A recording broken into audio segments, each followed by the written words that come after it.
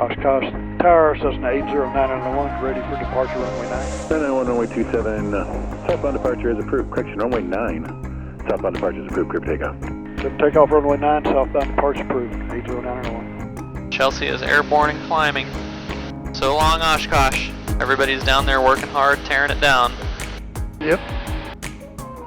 Airventure 2024 has come and gone, and just when I thought it couldn't get any better than OSH 2023, this year turned into the busiest, and by that, the most successful Airventure for us yet.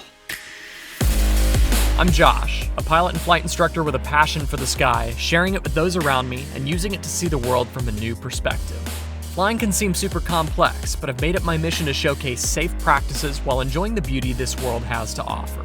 Subscribe to climb into the cockpit on future adventures. This is Aviation 101. 80991, Addison Ground, clear to Hotel Yankee India Airport. Via on departure, fly runway heading 6 radar vectors. Show for a 9er departure. Need to uncover that. The 4 weeks leading up to Airventure were an absolute marathon to get not only one, but 2 airplanes ready for static display.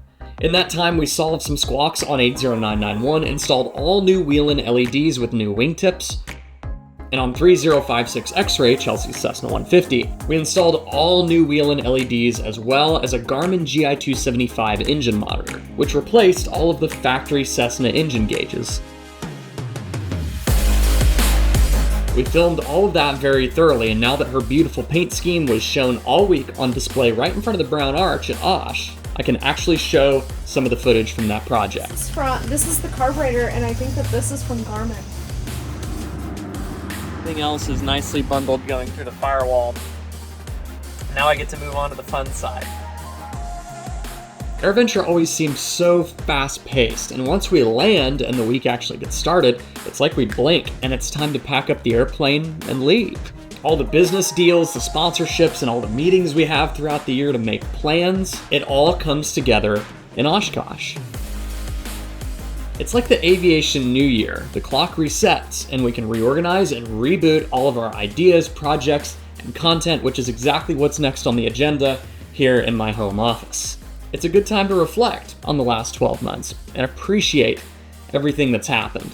Chelsea and I were both a part of a couple of panels, and she gave a solo presentation on the upgrades she's done to her 150, the urgent and the unnecessary. The meet and greets we had at OSH were awesome. Chris Palmer and I had one at Garmin, which had an amazing turnout, and Chelsea and I had a meet and greet at the Flying Eyes tent that was hands down the biggest crowd we've ever experienced at one of these meet and greets. I need to give a personal thank you to all of you who came out and spent the time to chat with us, tell us congrats on the engagement, and share your personal story with us. Producing content like this is a full-time job, and sometimes we get really bogged down in everything it takes to stay on track and deliver good stories in a realistic timeline. The kind words and constructive feedback I get from all of you at these events always seems to reboot my inspiration to keep improving and keep producing. We have a lot of content coming on the horizon. We'll cover that in just a bit. Everybody says about Airventure, you come for the planes and you stay for the people. And over the years, Airventure has become one big family reunion for me. We got to hang out with friends, touch base with all of the amazing companies that sponsor this channel. We made a significant advancement in my search for a fast, fuel-efficient cross-country plane to expand the reach and cadence of the adventures here on Aviation 101. And when the week was over, the Saturday night air show, which was the best I've seen at Airventure yet, it gave me pause. Seeing the drones light up the sky with EAA Airventure Oshkosh, surrounded by my close friends, my dad, and Chelsea, I felt a wave of gratitude. Remembering coming through those front gates for the first time when I was 17 years old, with one of my close friends and his grandparents. We drove my little Ford Ranger to Colorado, where his grandfather showed us how to buck rivets on his RV7 kit, which was my intro to experimental aviation. I had never heard of it. And we then drove to Wisconsin to attend EAA Airventure 2013. That was my first Oshkosh, and I haven't missed one since. Oh, I wanna stay right here, chilling with my friends for another year. I would walk away from the spotlight for the good life. Come on, turn your hate into poetry, pain into power, enemies to friends, and your minutes into hours. I would walk away from the spotlight for the good life, for the good life. So now that the dust has settled from Airventure and we've kind of rebooted all of our projects, what's next? We have a lot of other projects we want to start. We're going to really take advantage of this fall and winter to accelerate the progress of those.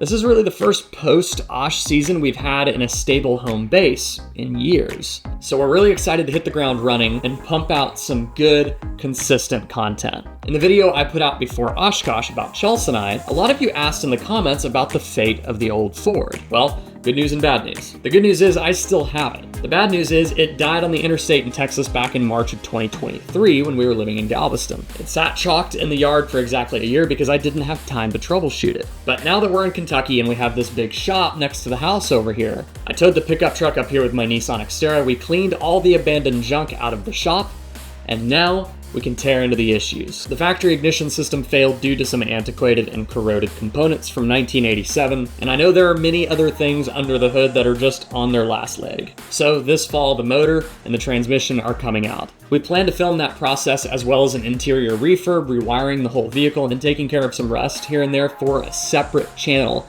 Not sure what that's going to look like or what it's going to be called yet, but I'll keep you posted on that. Now, for the next series coming out on Aviation 101, we're going to step back in time before Oshkosh, before we moved, and before Chelsea knew I was about to propose to her. And we'll pack up our belongings and leave the West Coast behind us as we fly 991 and the newly painted 56 X-Ray from the Central Coast all the way to Western Kentucky. 7 days, some beautiful views, some logistical challenges, and one awesome ending. I'll edit the feature-length cinematic movie of that entire trip for Cockpit Club, probably be a little over an hour, maybe an hour and a half long, and the subsequent episodes covering the technical flights will come out on YouTube after that as I get them finished. Between editing the next series, revitalizing the old Ford pickup, and continuing projects on Chelsea's 150, we have our hands full. We also have a wild desire to take a long cross-country trip in the 150. Comment below and let us know where you'd like to see Chelsea take us in her beautiful vintage Cessna. Be sure to subscribe if you haven't and ring that notification bell so you don't miss all of that upcoming content right here on Aviation 101. And until next time, you know the drill. I want you to stay happy and healthy, stay current in your flying, most importantly, stay proficient. Thanks so much for all of your support, and we'll see you in the next video right here on Aviation 101. Fly safe.